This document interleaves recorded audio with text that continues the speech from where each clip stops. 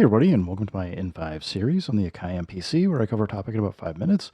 Ryan writes in and asks if I have any videos showing how to use the MPC Live to get a guitar pedal set up as an effects loop. And I don't know, I may have, I don't remember, but I figured it's an easy time to talk about what you need to do, seeing as I may have done it for firmware 2, and we're now in firmware 3 land. A couple things you happen to need for, or I need anyway, specifically. The input is 1/4 inch. This on the generation loss here happens to be TRS, so it is a stereo effect pedal for in and out. So you can see stereo and stereo on both sides. I already got power to it, but I've got these cables that happened to be, they are 1/8 inch TRS to 1/4 inch TS on the other end. So really what I'm going to do is just, I'm using these adapters so I can go in. So I got stereo in going into the Chase Bliss here. And what I'm going to do is use here output 3 and 4 to send any audio over. And then I'm going to use on the, for my return, basically, I'm going to use the inputs on the back here. I'm going to get a little bit further over. So this is going to go back into the MPC. And because we're not using the master output here, like you'd probably have to use your master out and a headphone splitter to be able to do this kind of effect with an MPC one. I don't have one, but kind of show it off later.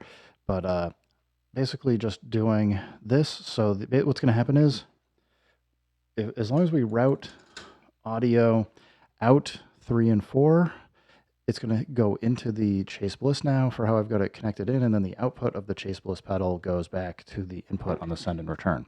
So at this point, we're almost ready to go. We've got everything connected. We just need to do a few settings. I'm going to go double tap browse. Doesn't really terribly matter. Let's just load any old drum kit here. We can hear it. It's not going through the effect though. So I'm just playing it so you can kind of hear what it sounds like. I'll just record something real quick.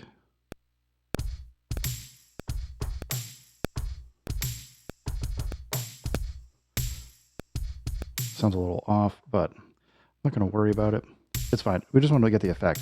So what we need to do first is we're going to tap here, and we're going to go I/O, because when you tap here, it's going to open up like this send and return. We're going to go change audio output to 3 and 4, and you're going to immediately be like, I don't hear anything. It is sending audio over here to the generation loss. Right now, because this isn't lit up here, it is just a through effect, so we should be getting audio back. Going to double tap mix, and we're seeing the audio come in, so it's coming in here. We're just not hearing it. If you just turn off to in, we're now being able to listen to it and monitor it. And I can now use this as an effect. You can see here, though, a couple things to note. It's coming in pretty hot. So a thing to know about outputs 3 and 4 and 5 and 6 on the live, and if you happen to have an MPC X, it'll be 7 and 8, is they tend to be kind of hot for how they go out. So your volume control here that does allow you to adjust the volume on 1 and 2 does not do anything for outputs 3, 4, and beyond. So one thing you may want to consider doing is come back to level, and you may want to bring this down like 6 to 9 dB, depending on how, like, the pedal may end up getting a lot of distortion. Some pedals can't take line level, some are expecting instrument level, so you might need to even go further down. But as I said, like, we can get like pretty nasty now with using this effect pedal if we want to.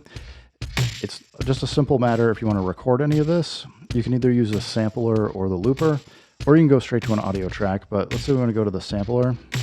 I just hit arm and record what's coming in from input 1.